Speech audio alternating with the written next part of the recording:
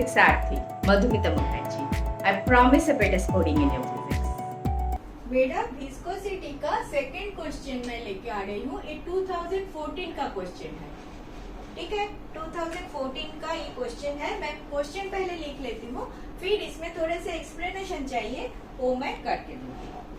A small metal ball of mass m is dropped in a liquid contained in a vessel, attains a terminal velocity v.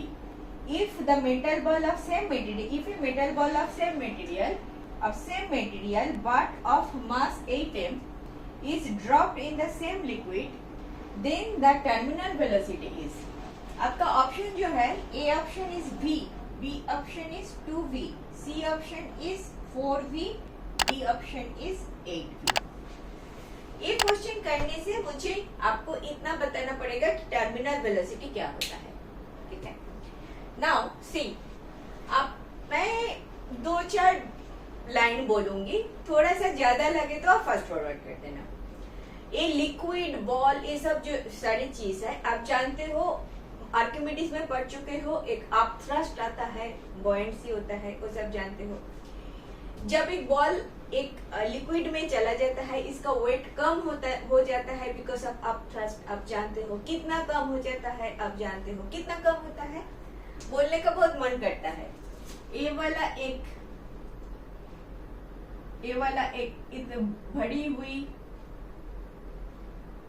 हुई एक water body है, liquid body है। एक mass ले लो, इसका weight कर लो, weight is mg in the air. जब ये इधर आ जाएगा, इसका वेट हो जाएगा m1g। इसका जो डिफरेंस है, ये वाला डिफरेंस है, जो लिक्विड इधर से निकल गया, इस लिक्विड के वेट का इक्वल। समझ में आया? बहुत जल्दी बोला। ये वाला 5 kg है इसका वेट। जब आप एयर में इसको वेट कर रहे हो, पानी में डालो, इसका वेट फिर से लो, पानी के अंदर जब है, इसका वेट कितना हो गया? 3 kg।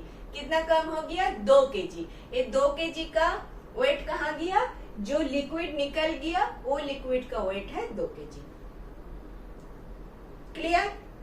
ये अपथ्रस्ट के कारण होता है, अपथ्रस्ट होता है, ठीक है, ये पक्का। अभी हम जिधर है, ये बॉडी नीचे मूव कर रहा है। अगर मूव कर रहा है तो फ्रिक्शन हो रहा है, ये लिक्विड के अंदर से जा रहा है, तो विस्कस फोर्स आएगा। Viscous force will be upward force, viscous force. Stokes sir ने, Stokes, STOKES, Stokes law, Stokes sir ने क्या बोला था? ये जो विस्कस फोर्स आता है, ये viscous force, upward viscous force, ये वाला force is 6 pi eta RV। मैंने एक लाइन पे लिख दिया। This is constant, this force will depend upon eta, viscosity, coefficient of viscosity of the liquid, radius of the ball. This law is valid for spherical ball, ठीक है। this spherical ball का radius is r। ये वाला body v speed से नीचे जा रहा है, Now this v ना, इस स्पीड को बोलता है टर्मिनल वेलोसिटी। टर्मिनल वेलोसिटी बोले तो इस पे कोई फोर्स काम नहीं कर रहा है, इसमें कोई एक्सेलरेशन नहीं है।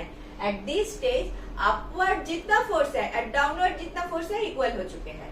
तो एक कांस्टेंट वेलोसिटी में नीचे जा रहा है, जिसका नाम है टर्मिनल वेलोसिटी। इतना जान लो, इतना जानते हो, याद कर लो, ठीक है। नाउ मुझे जो करना है, मुझे एक इक्वेशन लिखना है। ये r के साथ v का एक कुछ करता है। देखो, मैं एक चीज समझ सकती हूँ, बिफोर कमिंग टू दिस मैं इतना समझ लेती हूँ। This ball, this spherical ball, इसका डेंसिटी इज रो, एंड ये जो लिक्विड है, इसका डेंसिटी इज सिग्मा। ये मैंने पकड़ के चल रही हूँ। तो देखो, इसके ऊपर जब ये टर्मिनल वेलोसिटी में जा रहा है, मतलब इसके ऊपर कुछ फोर्स नहीं है, मीनिंग बाय अपवर्ड सब फोर्स, डाउनवर्ड सारे फोर्स इक्वल, इधर इक्वल हो चुके हैं। तो अपवर्ड फोर्स, ये वाला अपवर्ड फोर्स था। अपवर्ड फोर्स क्या होगा? 6 पाई ईटा RV। अपवर्ड अनदर फोर्स क्या होगा? Up thrust force. वो फोर्स कैसे मुझे मिलेगा? 4/3 पाई R³ into sigma into G। ए वाला बॉल जितना लिक्विड को डिस्पर्स किया, हटाया, कैसे मिलेगा? इसका जितना वॉल्यूम है वो वाला वॉल्यूम के साथ इसका जो डेंसिटी है, लिक्विड का जो डेंसिटी है उसको मैंने मल्टीप्लाई किया, वॉल्यूम इंटू डेंसिटी, मास दे दिया m इंटू जी। बट ये वाला क्या है? अपवर्ड है। ये वाला विस्कस फोर्स है, ये वाला अपवर्ड अप थ्रस्ट के कारण फोर्स है। नीचे जा रहा है बॉडी, नीचे mg क्या है? 4/3 pi r cube rho into g. This is volume, mass into g, mg। पक्का? तो ये वाला इज आपका very very basic equation. This is upward force, this is upward force, this is downward force. ये दो type का force, this upward force, this downward force, equate किया मैंने। कब इक्वेट किया? जब इस बॉडी का टर्मिनल वेलोसिटी मिल चुका है। That terminal velocity is called this v। ठीक है, ठीक है। तो मुझे क्या मिला? 6 पाई ईटा आर वी। इसको इधर लेके जाओ, 4/3 pi r cube rho minus sigma into g. ठीक है, तो टर्मिनल वेलोसिटी का मैं एक एक्सप्रेशन ले लूं क्या? देखो देखो, अभी एक्सप्रेशन में ले सकती हूँ। कैसे लूंगी? v equal to this r and this r का एक निकाल दो, तो क्या रहेगी? 4/3 दिस पाई निकाल दो, 4/3 रह गया, 4/3 r square rho minus sigma into जी। नीचे क्या आ गया? 6 ईटा 2 3।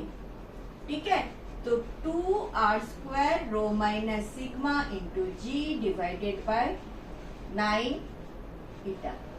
ये वाला एक्सप्रेशन बहुत कम का एक्सप्रेशन है। टर्मिनल वेलोसिटी का एक्सप्रेशन ऐसा है, आप अगर याद रख पाओगे तो बहुत सारा क्वेश्चन में ये वाला काम आता है, बहुत सारा में। ठीक है, समझ गया?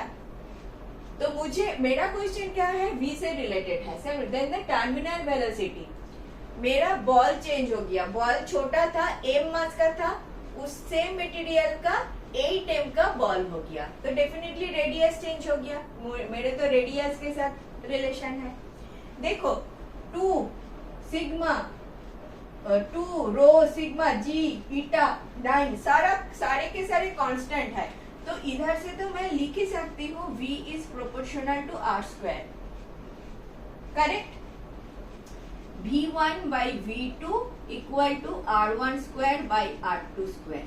इतना तो मैं लिख सकती हूँ, इसमें तो कुछ डाउट नहीं होना चाहिए। नाउ मेरा क्वेश्चन है, मेरे को ये मिल गया, लेकिन मेरे क्वेश्चन में मेरे को m से रिलेशन दिया। मुझे नहीं बोला कि एक बॉल जिसका रेडियस r है उसको ड्रॉप किया, फिर एक बॉल जिसका रेडियस r2 है उसको ड्रॉप किया, ऐसा नहीं बोला, मास के हिसाब से दिया। तो मास के साथ रेडियस का जो रिलेशन है वो मुझे देखना पड़ेगा।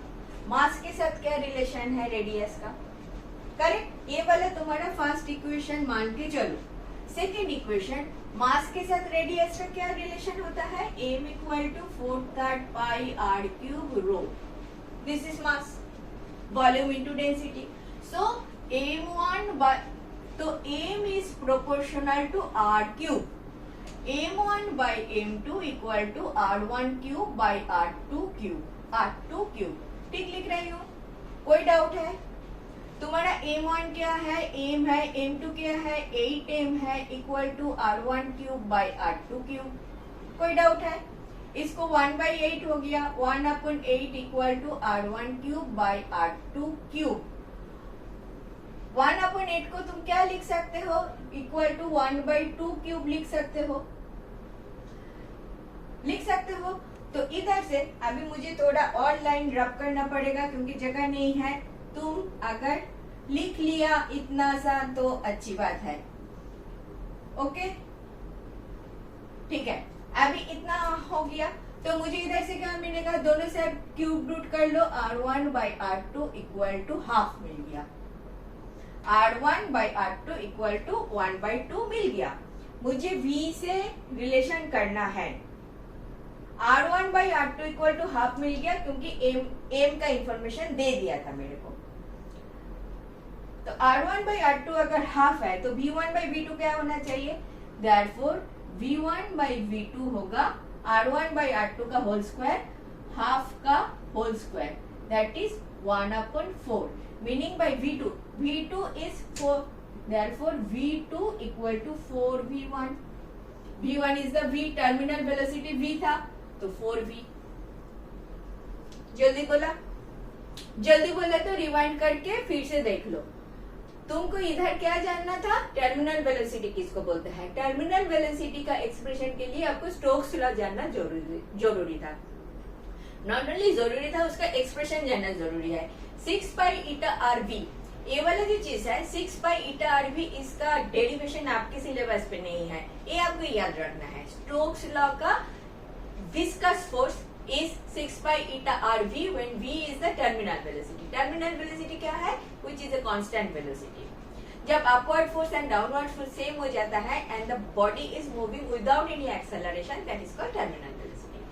तो मैंने भी वही किया, upward force downward force को मैच किया, मैच करके R1 velocity के साथ रेडियस का रिलेशन निकाल दिया. ये ऐसा कुछ रिलेशन आया था. V is proportional to R square. जितना बड़ा बॉडी होगा V उतना ज्यादा फास्ट जाएगा और वो R स्क्वायर के साथ रिलेटेड है. तो मैंने को तो M के साथ रिलेशन दे दिया, M1 and M2 R1 R2 के टर्म में ले लिया, उधर से इधर डाल दिया. समझ में आ गया? पक्का? क्लियर हो गया? Stokes law terminal velocity clear हो गया.